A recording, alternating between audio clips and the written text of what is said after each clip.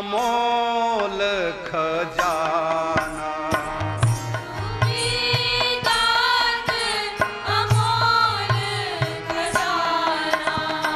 गुरु की दात अमोल खजाना।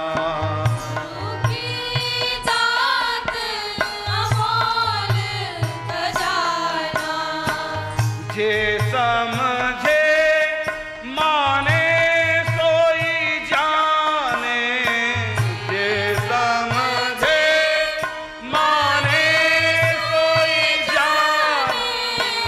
सोई साचो गुरु दीवाना।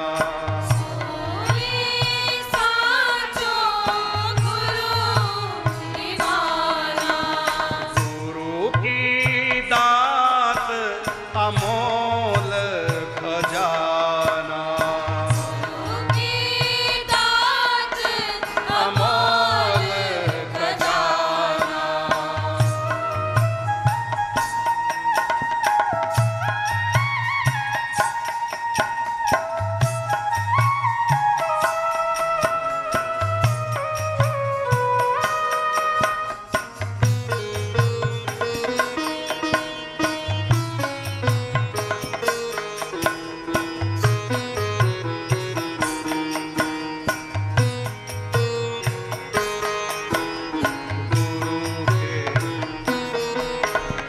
गुरु के वचन अमिये समझानो।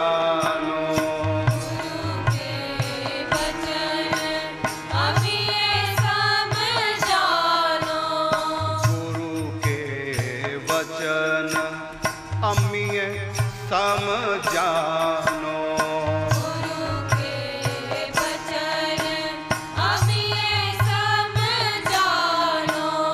श्रवण पुटन सो कर नित पाना।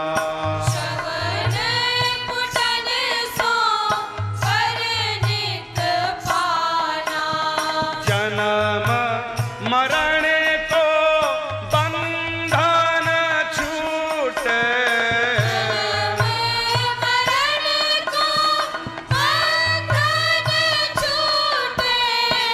मिटे 84 आना जाना।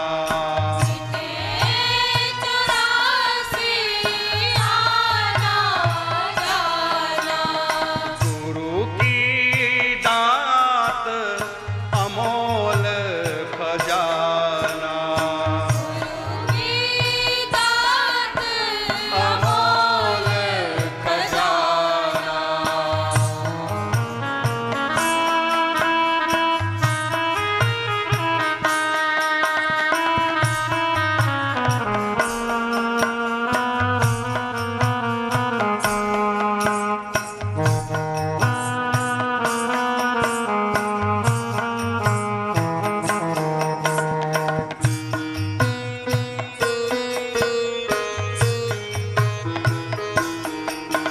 बड़ा सुंदर बताया।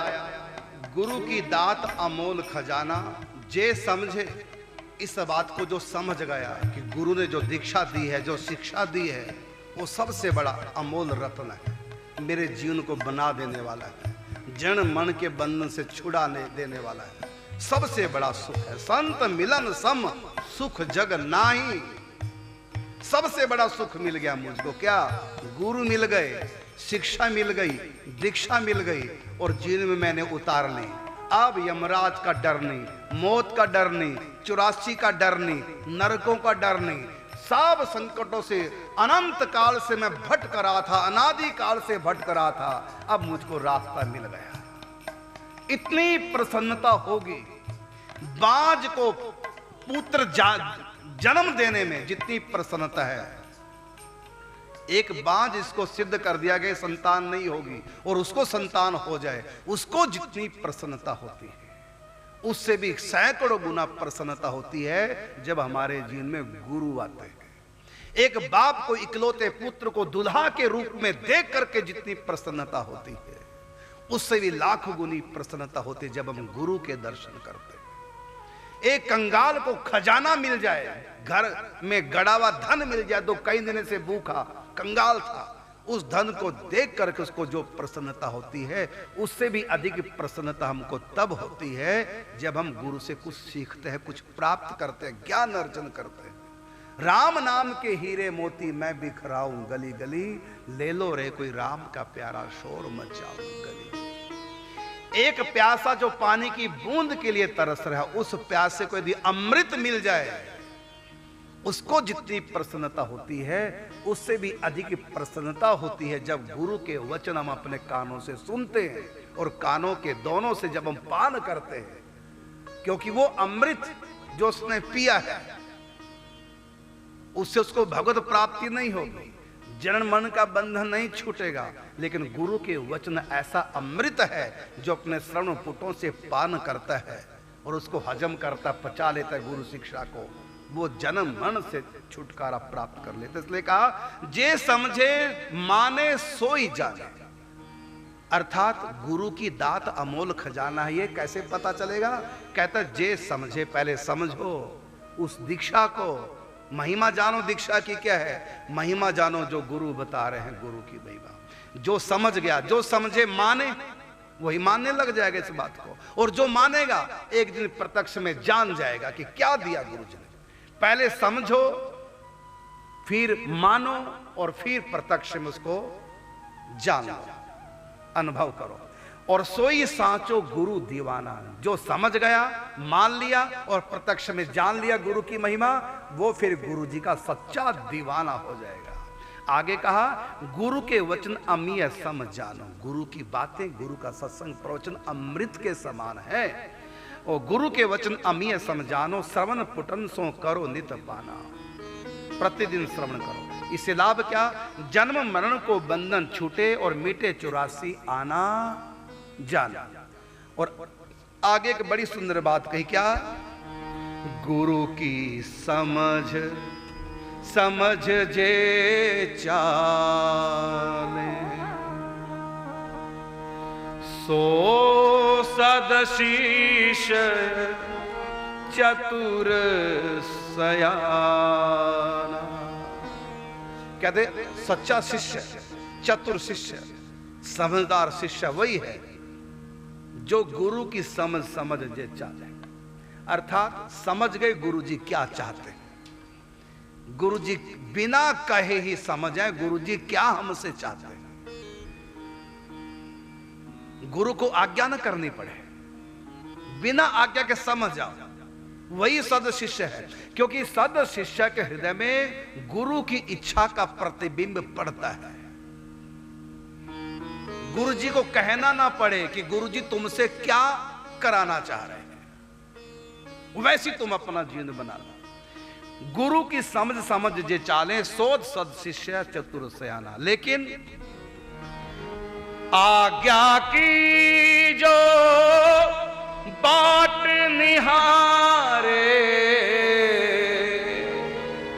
सम तो गए गुरु जी क्या चाह रहे हैं, लेकिन तब भी करते नहीं वैसा। क्यों? मेरे को थोड़ी गुरु जी ने कहा है। अरे गुरु जी ने आज्ञा दी कि नहीं दी तो तुम समझ गए ना गुरु जी क्या चाह रहे हैं। हमने टीवी पे जैसे बता दिया, जो आना चाहे 26 तारीख को आ जाओ नौका विहार में, और कोई ये सोच के ना आए कि मेरे को थोड़ी कहा है। अरे तुमको भले डायरेक्ट नहीं कहा, लेकिन टीवी में बोल दिया ना कि जो भी आना चाहिए आ सकता है। यदि आप आ गए तो ही मानो आप गुरु क्या क्या पालन किए, लेकिन नहीं आए तो कोई दोष नहीं लगेगा। कारण क्या? गुरुजी ये नहीं कहा कि जरूरी आओ, गुरुजी ने तो एक राय दी जो आना चाहे आ सकता है, इसलिए जो आना चाहे आ जाए और जो नहीं आना चाहिए मत आए। तो ना आए तो कोई दोष नहीं लगेगा, क्योंकि गुरु की ऐसी आज्ञा नहीं थी कि आओ सारे ना, जो चाहे आओ 26 तारीख नौका विहार में, तो यहां कोई दोष नहीं। यदि गुरु जी आज्ञा करें सबको आना है फिर ना आए फिर दोष लगेगा। लेकिन गुरु भी बड़े समझदार होते हैं, कभी नहीं आज्ञा करते, पता है कि जो नहीं आएगा उसको पाप लगेगा यदि मैं आज्ञा करूंगा, इसलिए वो आज्ञा ही नहीं करते। वो क्या करते हैं? सलाह, भाई जो आना चाहे आ जाए, इससे जो आएंगे उनको लाभ होगा और जो नहीं आए उनको दोष नहीं लगेगा। इसलिए गुरुजी आज्ञा नहीं करते, क्योंकि आज्ञा कर दी और सामने वाले नहीं मानी तो वो अपराधी हो जाएगा, गुरु अवज्ञा हो जाएगी, उसे ठाकुर जी नाराज हो जाएंगे। इसलिए गुरुजी नहीं चाहते कि मेरे शिष्य के ऊपर ठाकुर जी नाराज हों, और गुरुजी को पता होता अपने शिष्यों की औकात का भी कौन कितना। इसलिए गुरुजी भी सबको आज्ञा नहीं देते, पता कि कौन कितना। हाँ, पंडित जी जैसे जो शिष्य है उनको डायरेक्ट गुरु कह देंगे, लेकिन आम व्यक्ति को नहीं कहते, सलाह दे देंगे, मानो ठीक ना मानो तब। तो इसलिए कहा गुरु की समझ जे चाले सो सद शिष्य चतुर सयाना, और आज्ञा की जे बाट निहारे ताको दूसरी श्रेणी माना। प्रथम श्रेणी से पास कौन होता है? जो बिना ही आज्ञा के गुरु की बात समझ आए, बिना गुरु के बोले गुरु की बात समझ आए और वैसी जीवन में उतार ले, वह है प्रथम श्रेणी में उत्तीर्ण। लेकिन जो समझता सब है गुरु जी क्या चाहते, लेकिन तब तक नहीं करेगा जब तक गुरु जी मुझको, अरे तुमको कहा होगा, गुरु जी ने मुझको थोड़ी कहा, मैं क्यों करूं, तुमको कहा, मुझको थोड़ी कहा। तो इस प्रकार जो गुरु की बाट निहारे आज्ञा की, कहेंगे तब करूंगा, नहीं कहेंगे तो नहीं करूंगा। तो कहते हैं है वो भी अच्छे शिष्य, क्योंकि कम से कम कहने से गुरु के कर तो देते हैं, लेकिन वो दूसरी श्रेणी के पास होने वाले। फर्स्ट डिवीजन में वही पास हुआ है जिसने गुरु की मन की समझ करके जीवन बनाया। और गुरु में क्या भाव करना है? 33 कोटि देव सब पूजे, लेकिन को नहीं गुरु देव समाना।